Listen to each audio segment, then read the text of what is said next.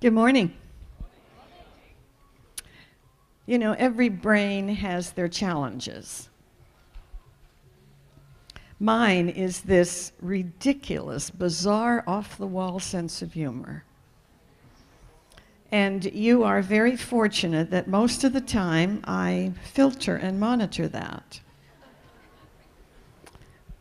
But when she was talking about the high T, I'll give you an example of what I'm continually dealing with. First of all, did you get the information? High T is on what day? Thursday. What time? 3 o'clock. Where? Good job. So she says, come and bring your husband. And my brain goes, well, if yours is busy, grab someone else's whose wife can't go. But it's probably not a good idea to say that. Okay, so we're going to talk today about one of my very, very favorite topics. I absolutely love male-female differences. There's huge amounts of research about that. And the more you know about it, the smoother your ride through life can be. Because I don't care whether you're partnered or not. You got to deal with the opposite gender all the time. And half of our problems are of our own making because we didn't understand the other gender. So this can help reduce that. All right, we're starting with brain benders, as always. So let's begin. Top left. Think outside the box is half of it. There you go. Think twice. If you're thinking inside the box and outside the box, it's double think or thinking twice. Good job. Second on the left, word in a word. Session is one of the words. What's the other one? Court is in session. You're getting good at these. Third on the left. The word is love, and what shape does it make? And what is L? Love letter. There you go. L is a letter. So love letter. I don't know if you have they brought the stage production of love letters to Australia? It's very, very good. If you get a chance to see it, I loved it. Of course, that might reflect my sense of humor. Bottom left. I'll be seeing you. Top right.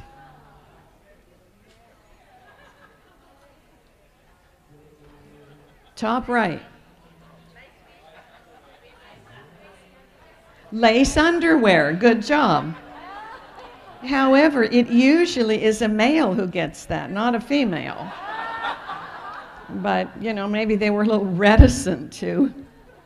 Second on the right. All right, that's one way of interpreting that. You are crazy. How else could you interpret that? Everything's crazy around you.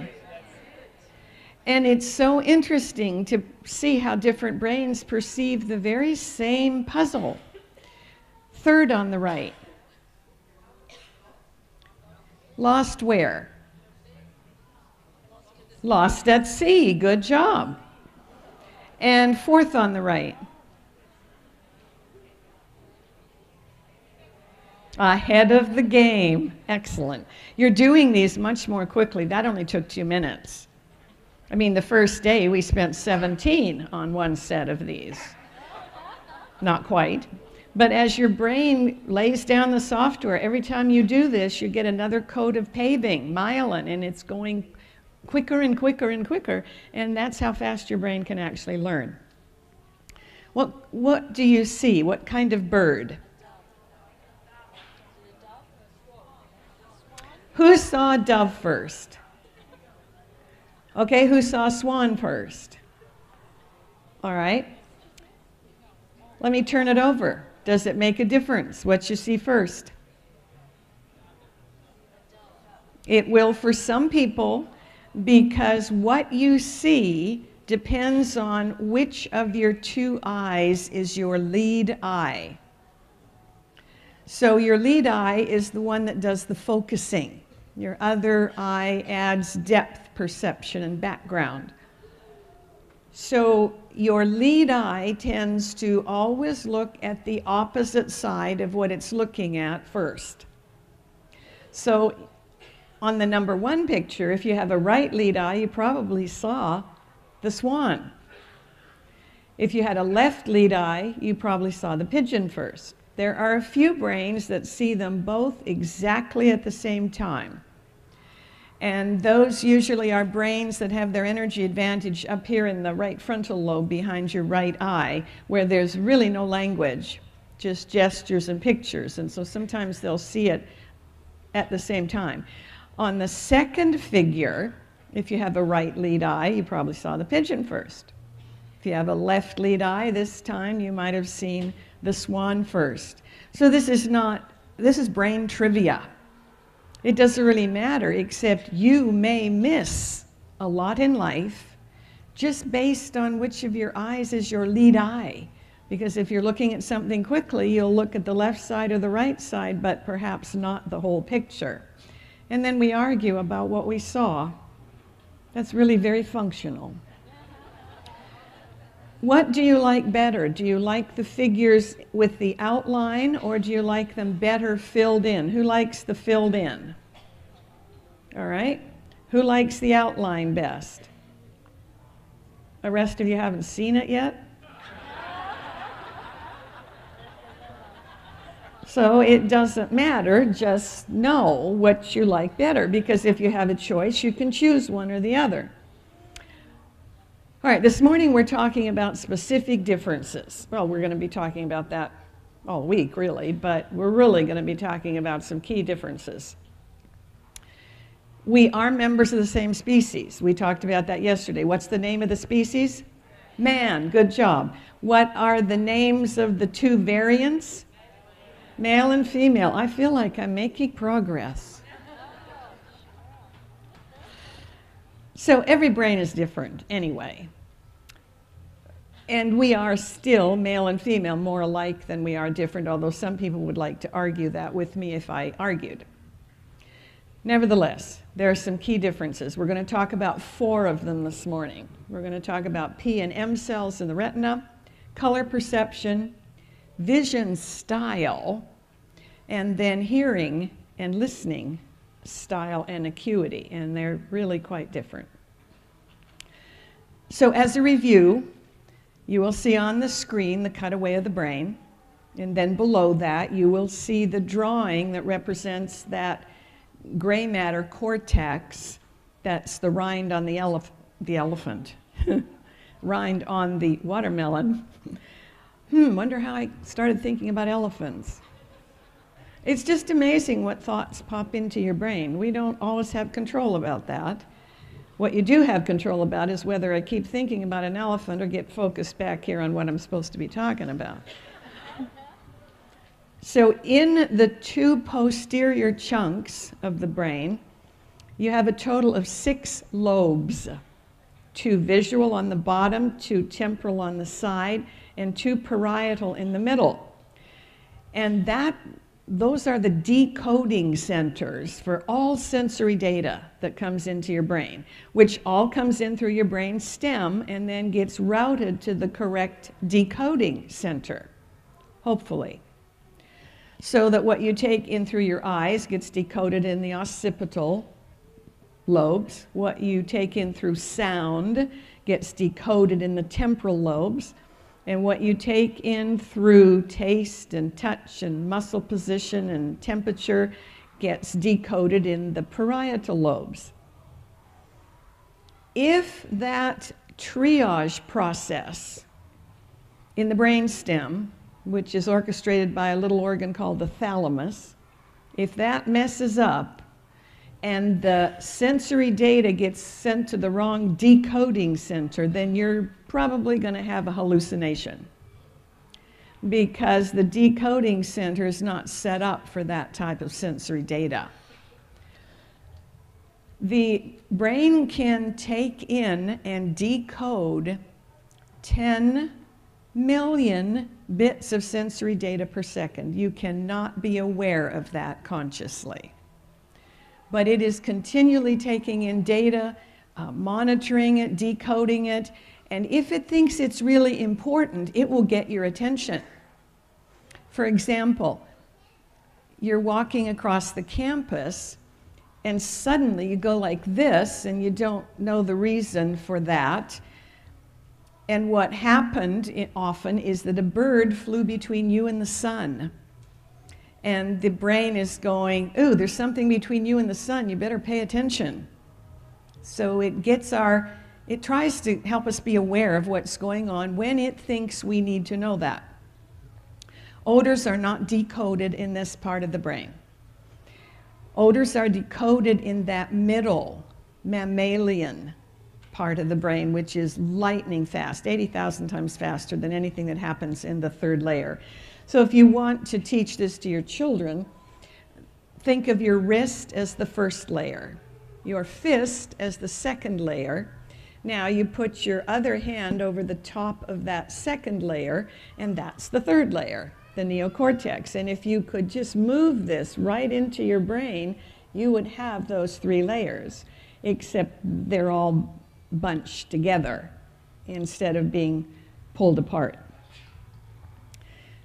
In large sample studies, there are estimates of sensory preference. What does that mean? It means that if you're unimpaired sensorily, I told you yesterday every brain is impaired, but relatively speaking, if you're unimpaired, you can take in sensory data in all the systems, through your eyes, through your ears, through your nose, through your mouth, through touch, and so on.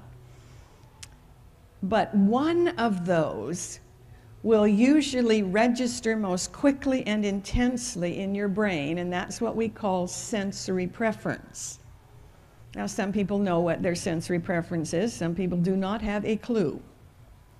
You can go to my website and you can click on assessments, and you'll find a sensory preference assessment there. You can print it off, take it free of charge, give it to people that you live with, that you like to spend time with, and see how close you are in terms of sensory preference, because if you have the same sensory preference, it's speaking the same native language. If you have different sensory preferences, well, then you're going to have to do some translating. Earlier in my career, when we got some of this sensory information, I was very enthusiastic about it, and I was back in the state of New York. I don't know, there must have been 1,000 people present, and I was teaching them about sensory preference and the estimates, and I was really excited. And so I went through this, that 60% of the population come out as visual, and when you cut that by gender, more males are visual than females. 20% are auditory. When you cut that by gender, more females are auditory. And then the last 20% represents kinesthetics, and there doesn't seem to be any gender difference. And I was just ready to move to the next slide, and a woman sitting in the front elbowed her husband, practically knocked him off his chair, and she said in this loud whisper, "Well, Harry, I finally get it." I would never do this now.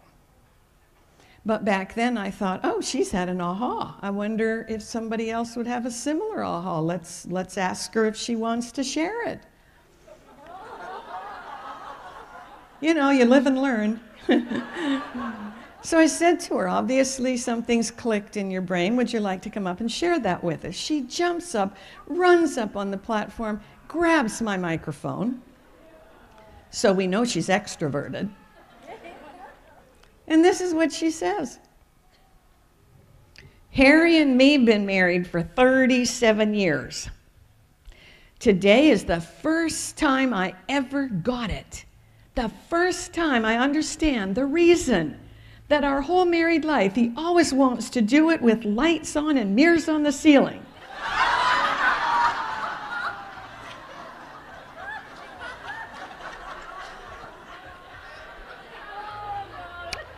As I said, I would not do that again.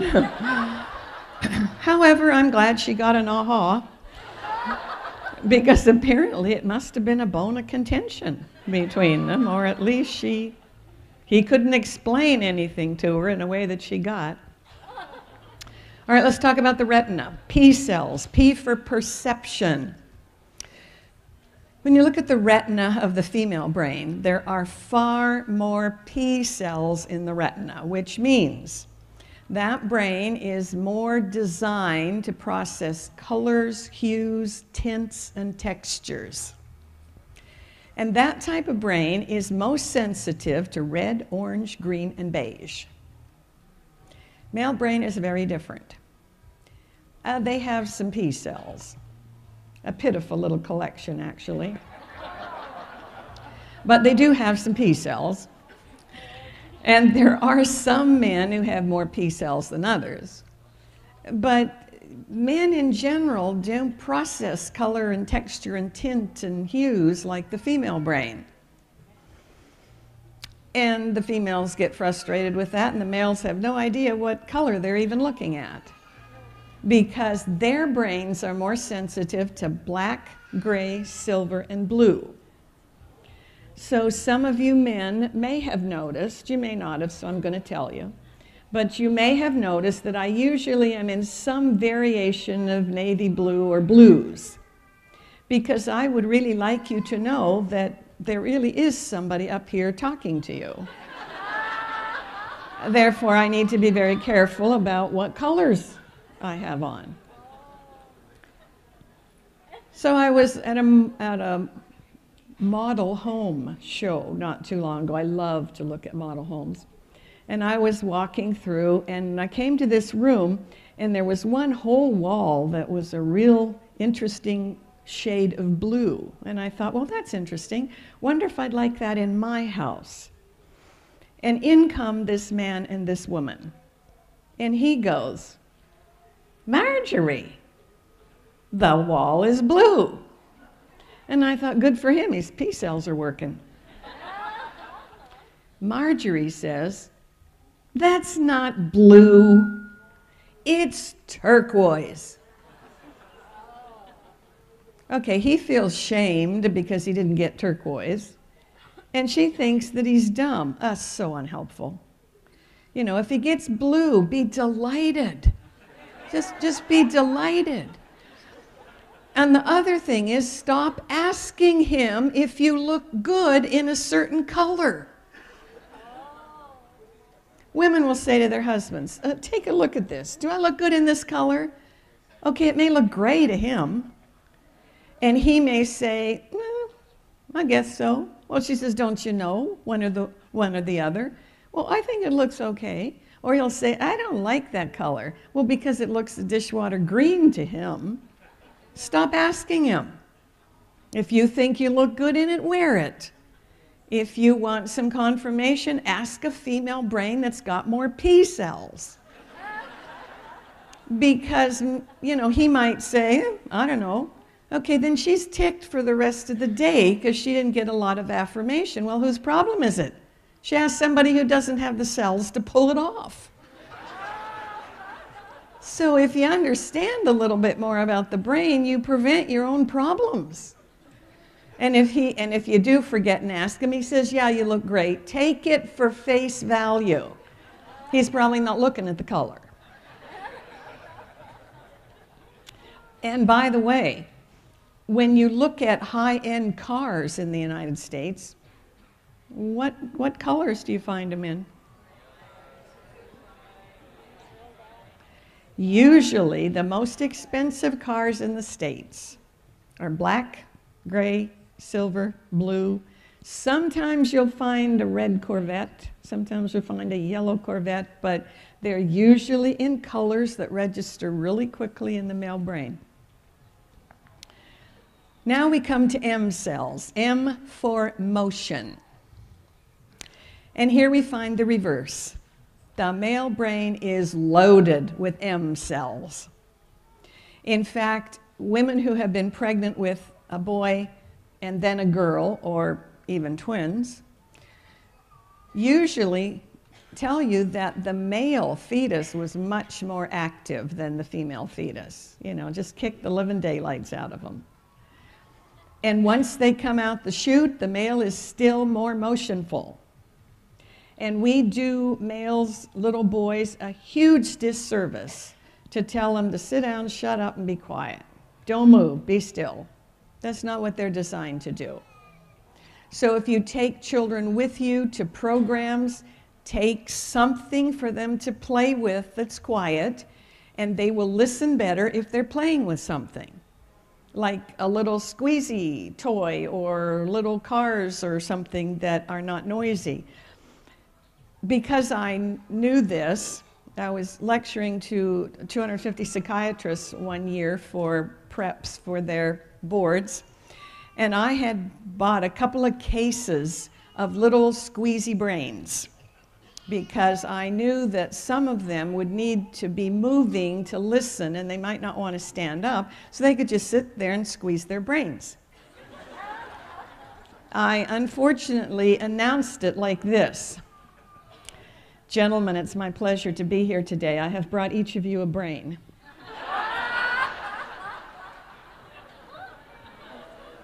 I'd say a significant number of them were not amused. And I passed out the brains and explained it to them. And it was interesting because several of them came up afterward and said, "You know, I'm usually so bored in these kind of presentations. But," he said, "every time my mind might start to wander or I got sleepy, I just squeezed my brain." He said, I stayed awake the whole time." So think about that. You might want to invest in some of those for the males in your family. So the male brain is wired to be more physically active. The female brain, some females are quite physically active, but many of them don't approach the activity level of the typical male. They're more wired to look at faces and watch the expressions and pick up the nonverbal body language. We're a combination of nature and nurture, you know that, as human beings. Nature are genes and chromosomes, and nurture is the epigenetics, the cellular memory, what happens to us in the environment. So by the age of 12 months, it's really difficult to tell when you look at a behavior whether it's more driven by nature or nurture. So they try to do studies with human beings, some of them very early in life. So they were doing studies with 3-day-old infants, looking at things such as motion and looking at faces. And so imagine there's 50 bassinets lined up across the front. 25 baby girls, 3 days old, 25 baby boys, 3 days old. They have a graduate student at each bassinet. And the first thing they do is hold a picture of a real face over the bassinet so the baby can see it. And then they watch what these babies do. And little girls look at the face and look at the face and watch the face. And some of them will focus on the face as long as you hold it up there. Little boys look at the face. It's not moving. And they look away. And they may never look back at that face again. So here's the takeaway for your females. Stop asking your little boys to look at you. They looked at you once. They know what you look like. And that follows into adulthood. You know, when two men are talking together, you know, one's looking this way, jingling stuff in his pocket. The other one's looking this way, jingling stuff. And they might glance at each other periodically. They don't look at each other. Two women who are talking to each other are looking at each other directly, and they may stay looking at each other the whole time they're talking. There's one male exception, real research. They will tend to look at a female in a bright red dress who has an extremely curvy shape. It doesn't even follow for other colors, so go figure. I mean, that's really an exception because the male brain ordinarily doesn't really register red. So now they have these 50 babies, and they hold above each bassinet a mobile. You know, one of those things you put over the crib and it moves. And the little girls look at the mobile. Ah, that's interesting. I don't see a face. And they look away. And they may look back periodically, but they do not focus on the mobile. The little boys look at the mobile. Hallelujah, something's moving. And as long as you keep that mobile moving, that little male brain will usually stay focused on it. It's just very, very different. Let's talk about vision style differences, because here's where we have a lot of confusion. I told you yesterday that it takes about 1.6 years longer for the male brain to develop compared to the comparable female brain. And that's because more has to happen to that male brain. It gets some chemical baths that the female brain doesn't get to change it from the default position into a systemizing brain. And one of the things that happens is that that male brain, in essence, gets a set of binoculars behind its eyes, which means that it really sees farther than the typical female brain. When I was in graduate school, they were teaching us about the hunter-gatherer societies. And they had this big convoluted reason that there were hunters and gatherers, and the men were the hunters and the women were the gatherers. It was a bunch of bunk. I mean, it's pretty simple. The men can see farther. So if you're going out hunting with a spear, a bow and arrow, you want to be able to see that quarry as soon as you can, so you don't scare it away before you can get close enough to kill it for dinner. Well, the average female is going to blunder right into the side of the thing before they've seen it, and it'll take off, and then you have no dinner. However, the female is much better at looking down at the ground and picking up seeds and plants and things that you can eat. You know, if a male had to do that, he would starve to death in the first week. Wrong distance. So the male brain is good at seeing things farther away. The female, and it's like a tunnel vision. Now, this doesn't mean that they can't do peripheral vision, but they usually don't. They're doing very tunnel vision. And if they want to look at something, they turn their whole head. Women get used to just moving their eyes and they can see everything. Women have a short range, but a usable, wide peripheral vision. And you could go home, women, and figure this out. You just stand and look absolutely straight ahead, put your arms out, and see how far you can see them moving when you're looking straight ahead. And some women have more than 180 degrees range of vision. And often you'll hear kids say, you know, I can sometimes get away with something with my dad, but man, my mom's got eyes in the back of her head. No, she doesn't.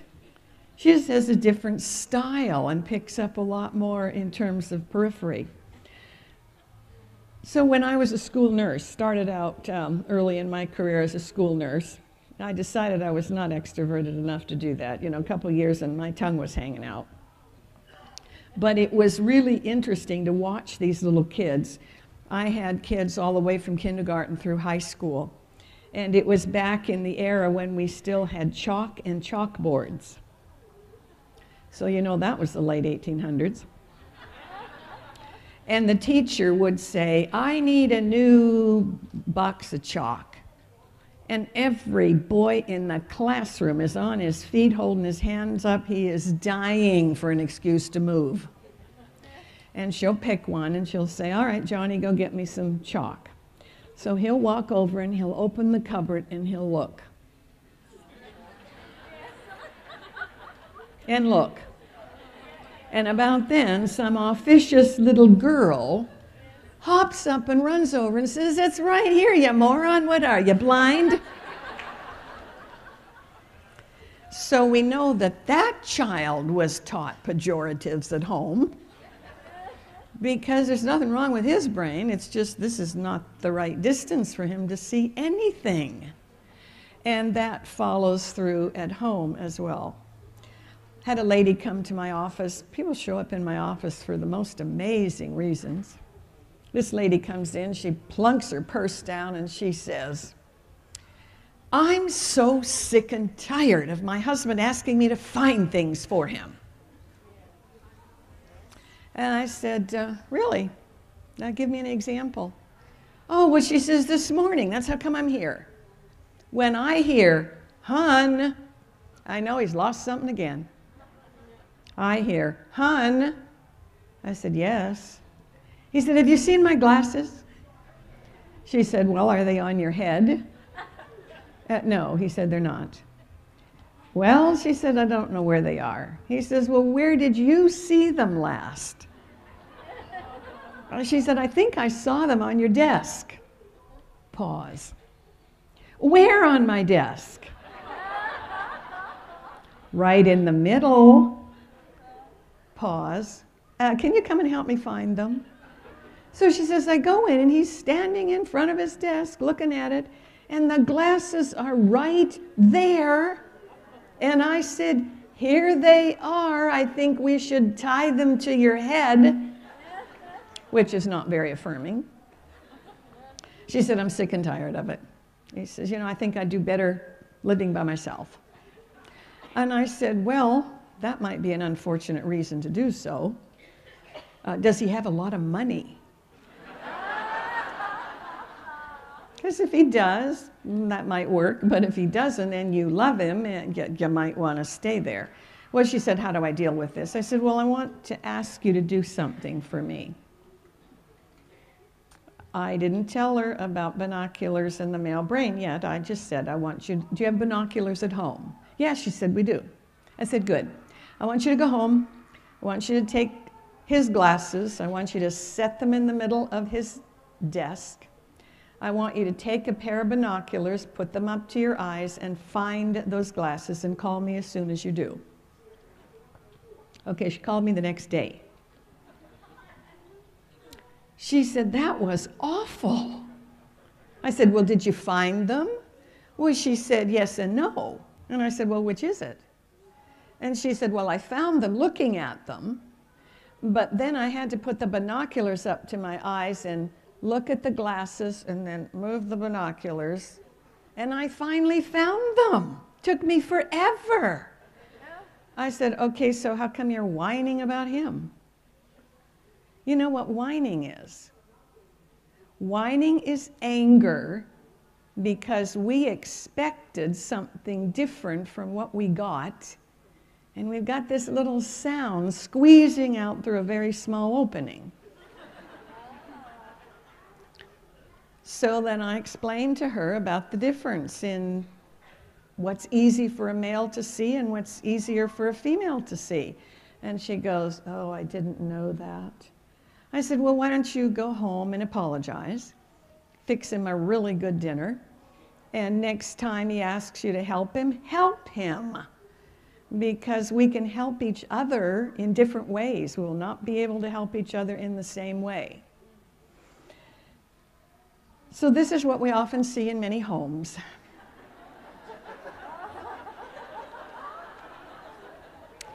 "Do you see any butter?" And that's unfortunate because I think that's pretty stressful for a male. Now, in our house, if we could open the refrigerator door and it would stay open, we'd be good to go. But it closes automatically to save, electricity. But if you could open the door and he could back up 10 or 12 feet, he could probably find anything he wanted in the refrigerator, but this is not a good distance for him. I didn't know this when my boys were younger. Very unfortunate. I quickly learned, because I have an auditory sensory preference, that I wanted their friends to come to our house where I could sort of keep an ear on them. I didn't have to be in the room looking at them, but I only had to listen for two types of sounds: absolute silence or chaos. And I would investigate. they went through a stage where they loved a certain type of lemonade. Came in a little tin, shallow container, and you pulled the paper off the top and dumped it into a couple of quarts of water, and you had lemonade. So they'd each have at least one friend over, so there's half a dozen right there. And I would make 3 2-quart pitchers of lemonade, put it in the fridge so there'd be plenty Saturday night. And this is how it went. Mom, we're thirsty. Great. Made you lots of lemonade. It's in the fridge. Help yourself. Pause. Where in the fridge? On the top shelf. Pause.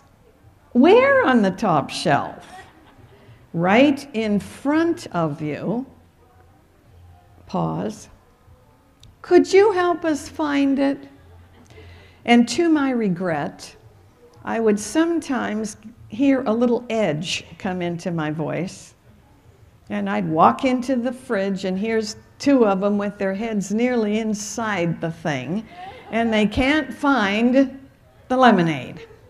And I'd say, look, it's right here. Do you see these 3 bright red pitchers?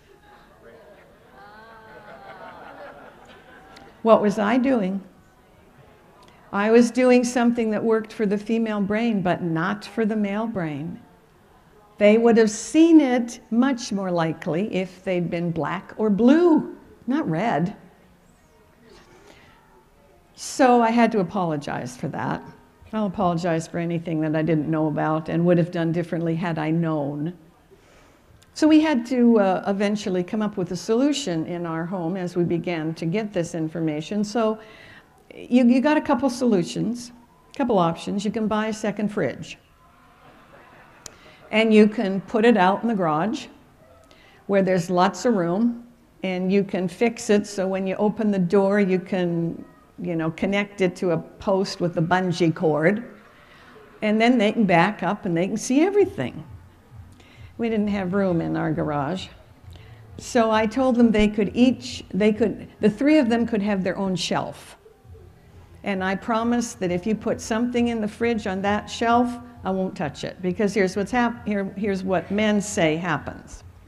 It's Super Bowl Sunday, and they're watching the game on television, and they take a can of 7-Up or Red Bull or whatever it is they're drinking, and they put it carefully in the fridge so they know exactly where it will be at halftime. They don't even have to look. They just open the door, reach in, and pull it out. And at halftime, they open the door, reach in, and pull out, not what they put in there, but the can, a jar of ketchup or something like that. Because some officious female has moved it because it didn't belong there. So I gave them their own shelf, and I said, there's only 2 times when I will check that shelf. If I open the door and something's moving on that shelf, I'm going to check it. Or if I open the door and there's this big, giant ball of green fuzz, I'll be checking that too. Otherwise, that's your shelf. And we did a whole lot better. So who lives longer, males or females? Females. Well, now you ought to know the reason. It must be very, very stressful for men to not be able to find anything, because the house is set up for the female brain, which is fascinating to me, because many people who draw plans are men, but they must be drawing them because they know what works for a woman. It doesn't work for them. So pay attention, because I think men might live longer if they weren't so stressed. Let's talk about hearing acuity. So when the female child is born, in general, she has much, much better hearing. It's much more acute. And she has a lower incidence of word deafness. Men often have more word deafness. That means if they hear a word that sounds very much the same, but maybe just a letter or 2 different, like call, hall, ball, wall, doll, they don't have a clue what you just said, because it sort of runs together in their brain. And this was always happening to my mom and dad. She'd say something and he'd go, "Did you say wall?" "No, Warren, I didn't. I said doll." "Doll?" and she'd get really frustrated because we didn't have this research yet. So not only does the female brain have more acute hearing, but it's more distracted by sounds in the environment. And we've learned this through something as simple as giving IQ tests. So you take a group of women and put them in a room, equal number of men, and you give them an IQ test, and you keep the room purposefully absolutely quiet. And the females will score higher on the IQ test than the males. Now, you have the same group of people later on, and you put them in a room where there's a lot of distraction. Maybe there's music playing, they're re-roofing the tent, I don't know what they're doing. And the males get higher scores because distraction in the environment actually helps them focus in and listen better, which is not true for girls, which is the reason I'm leaning toward, if I had anything to say about it, an educational system where, up till maybe high school or later, all the girls are in one room and all the boys are in another room, because in the girls' room you could keep things kind of quiet and they do better. In the boys' room you could have lots going on, getting around, up and down, walking around, music playing, whatever, and they would do better. So here was another apology to my kids. They wanted to listen to their, well, they weren't iPods back then, but they wanted to listen to music with their headphones while they did homework. And what do you think I said? No, you can't do that. Well, Mom, we could do homework better if we listened to music. And I said, get a grip. Because I couldn't do better listening to music. I needed quiet. And then we got this research. So I had, that's wonderful for an auditory, by the way. So something must have flown overhead, because it cannot be the guys in the back. They have done a stellar job. Sometimes this happens all the time. Where was I? That completely discombobulated my brain. Oh, yes. So we got this research, and they said, can I listen to music? And I said, no. So I called them in, and I said, guys, I have to apologize. All this time I have been putting what works for the female brain onto your brain, and I wasn't letting you listen to music while you were doing homework, and I apologize. And as long as you get your homework done, you're welcome to listen to music while you do it. Oh, great. So they start listening to music while they do their homework, and what do you suppose happened? They got it done and their grades went up. And so a little ways down the line it was, Mom, can we watch TV while we do our homework? I'm sure we could do better. And I go, We got research about that one. Because more males are visual, and they'll get looking at the visualness and they'll forget to do their work. But you can keep listening to music.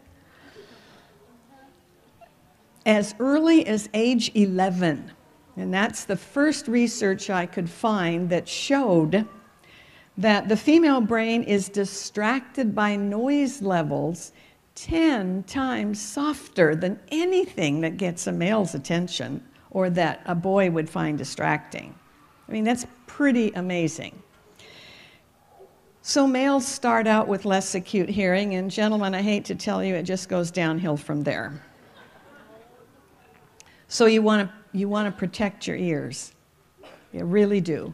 If you're listening to anything that's relatively loud, pop in earplugs. Unless, of course, you're happy to know that eventually you won't be able to hear anything your wife says. Now, here's the other thing that often happens with males and females. They're at breakfast together, and she is chattering away a mile a minute, because women speak many more words per minute than males usually do. He's reading the paper, and she says, "Are you listening to me?" And he goes, "Uh-huh. Actually, Her chattering is helping him focus on the paper a whole lot better. And everything is going fine if she just shut up with that question. But so often she doesn't get it. And her next question is, okay, what did I just say? And depending on how far back in their marriage he says what he thought she just said, will be the degree to which there is chaos in the home. So women, just stop asking those questions. We'll talk about how you get his attention. So the practical application for this part is if you're female in general and you really need to study, you want to be in an environment where everything is quiet and free of distraction. Now this is bell curve research, so there are some females who actually do better with music playing in the background, but that is a very small proportion. And some women learn better if they're doing something with their hands, which again is more like the male brain, except bell curve. Some women do better with taking notes, or I tell women if I'm speaking to an all-female group, or any group where there's women, if you want to bring knitting, crocheting, whatever, do it. I won't even see you. And it's probably going to help you listen. So if you understand how different brains work, that's great.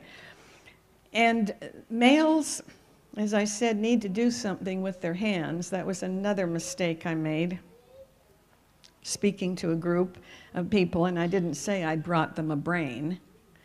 I said, I have brought you something to squeeze while you're listening, because there's only so much a man can do with his hands in public. So I think he knew I was going to say that, and he just cut me off. So laugh about it, but work with it. So is the issue that I'm getting too close to the edge of the stage today? Hello? All right, that's fine. I'll just do my best.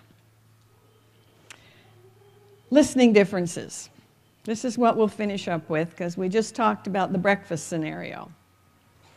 Now here's that drawing again of the brain showing the two temporal lobes. Listen up. The left temporal lobe is primarily involved in decoding speech sounds. About an 85% advantage for decoding speech sounds. 15% advantage for non-speech sounds. The temporal lobe on the right side is exactly flipped. 85% advantage for decoding non-speech sounds and a 15% advantage for decoding speech sounds. So that if you lost a whole side of your temporal lobe, you could still do both out of the other side, although one would be easier than the other. So we didn't know till we had PET scan studies that even though the brains are configured this way in both male and female brains, they don't operate the same way. So you put a female brain in a PET scan camera and ask her to listen to human voices. Males, females, old, young, babies, crying, doesn't matter. When you look at that PET scan, what you see is both temporal lobes have lit up and they're decoding speech sounds and non-speech sounds. You put a male brain in a PET scan camera and ask him to listen to a male voice, and the left temporal lobe lights up and the right side's completely dark. Now remember, the male brain is more lateralized. It can go into one and focus there and just idle the other side. So frankly, it takes less energy to run a male brain. That doesn't happen in the female brain. If any part of it is on, it's all on. So now you ask a male to listen to a female voice and you get the flip. The left side with the primary advantage in decoding speech sounds is dark as pitch. The right side has lit up, but it's only got about a 15% advantage for decoding speech. So if he likes the sound of his wife's voice, and she says, "Are you listening?" He goes, "Yep, he is," just like a melody line of music in the background. The problem comes when she says, "What did I just say?" Because there's not a lot of advantage for decoding speech sounds there. So this can cause some problems. Here's another 3-day-old baby experiment. They take 43-day-old babies and they put them in a room and get them all crying. I don't want to know how they did that, but they get them all crying. And then they blindfold one of the mothers, say to her, "We're going to put you in this room and we want you to find your child as fast as you can by the sound of its cry." And she's got it in under a minute. You put the father in the room and you ask him to find his child by the sound of its cry. The kid's 40 and he still hasn't located him. Just doesn't happen. So when somebody says, "Of course I'm listening, your voice is music to my ears," take that literally. But they might not have any idea what you just said or are saying. So how can you compensate for that? Well, know, first of all, that the female brain is using both sides no matter what she's listening to. And she will pick up the words and the nuances and the tonalities and the prosody. You know, prosody is that inflection that's often a little sarcastic. And the words may say one thing, but the sound says another. So I'll take a risk with Rena. This is prosody. "Well, Rena, those are really lovely shoes." Okay, what's the message? They're terrible. What were the actual words? Lovely shoes. Okay, boys are going to miss that. So sometimes they'll say something, you know, somebody will say something like that and they'll go, "Oh, thank you," which was not exactly intended. So in the States, we have been working with individuals who have committed date rape and women who have been date raped. And we think that something is going on like that in those instances. Now, read my lips. There's not a man on this planet who cannot stop his behavior at any point at which he chooses to do so. So there's never an excuse for date rape. What I would like to point out is that we have not taught our young people about these differences. So here's some generalizations. Many young men will say, "Well, honestly, I didn't mean to rape her. I mean, we were just making out, and, you know, she's making these funny little noises, and I thought that just meant understand that I'm a good girl, but, you know, if you keep pushing, I'll give you what you want." Unfortunately, the research shows that when a female gets uncomfortable in a dating situation, what's the first thing she starts to do if she doesn't understand this information? Giggle. So he's getting really amorous and she's going, "I don't want to do this. Don't do that." Okay, well, he has trouble even with that register level of a voice tone, and it's unclear. So the two things we need to teach our young people: one, you need to say one word and give the guy the bottom line. You need to use a gesture, because remember, more M cells. So if a girl is getting uncomfortable about the level of amorous activity, the response is, "Stop." There isn't a man on the planet that's not going to get that. but we haven't taught each other how to do that, and we need to talk about that. So if you're female, and you really want a male to actually not only listen but decode your words, there's some strategies that you need to consider, and here they are. Number one, lower your voice pitch. Speak up. If you're talking to males in the audience, always have a microphone. Teachers in school need a microphone. The boys usually sit in the back. They don't hear as well. They miss tons of stuff. You know, the teacher said, well, let me see if I can get out of my speaking voice.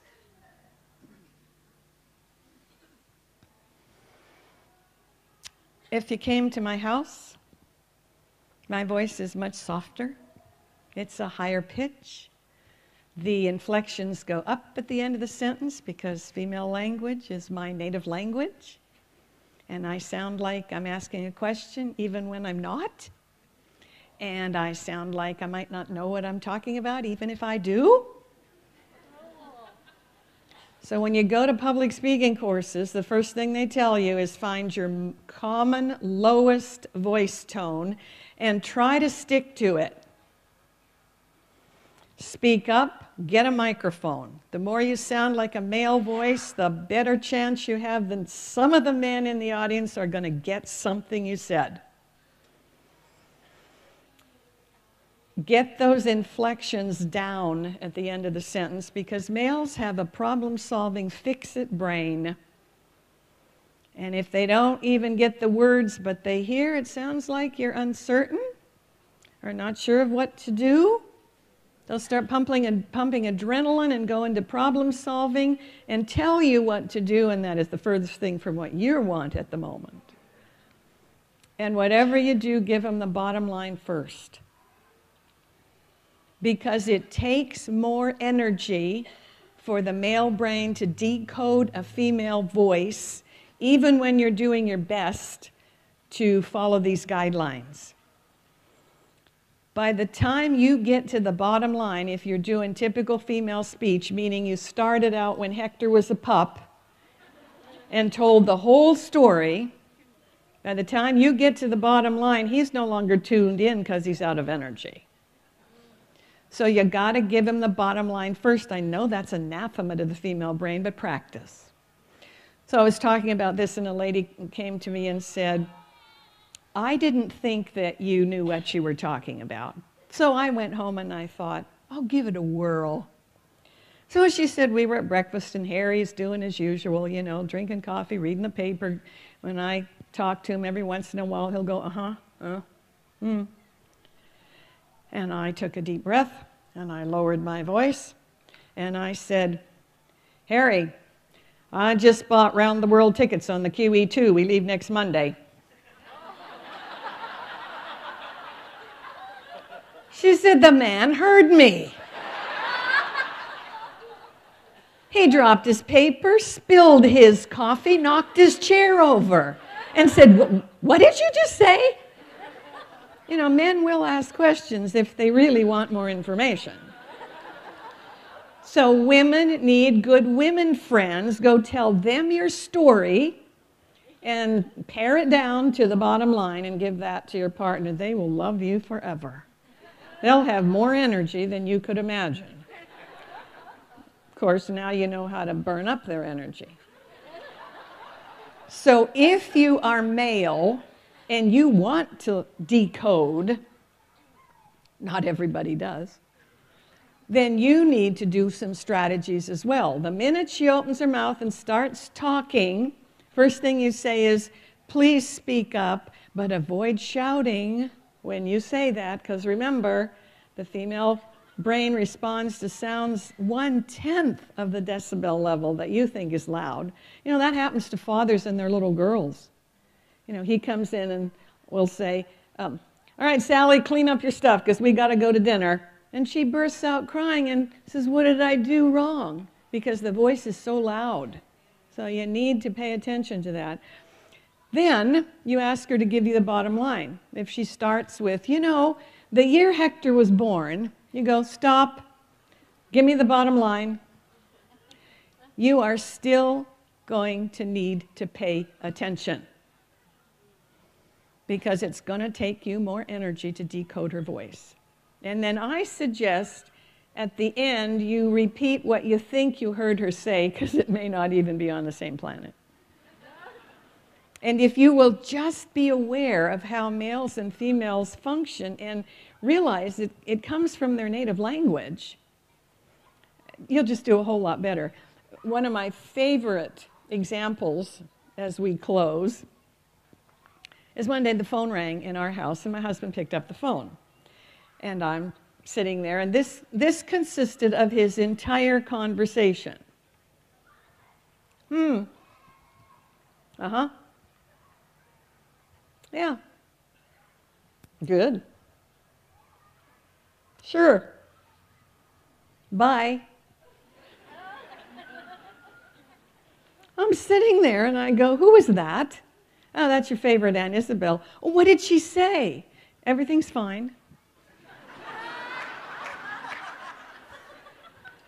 Okay, that's the bottom line. Everything's fine, but I want to know what of the everythings are fine. So I get on the phone and I go, Aunt Isabel, my husband says everything's fine. Tell me what's fine.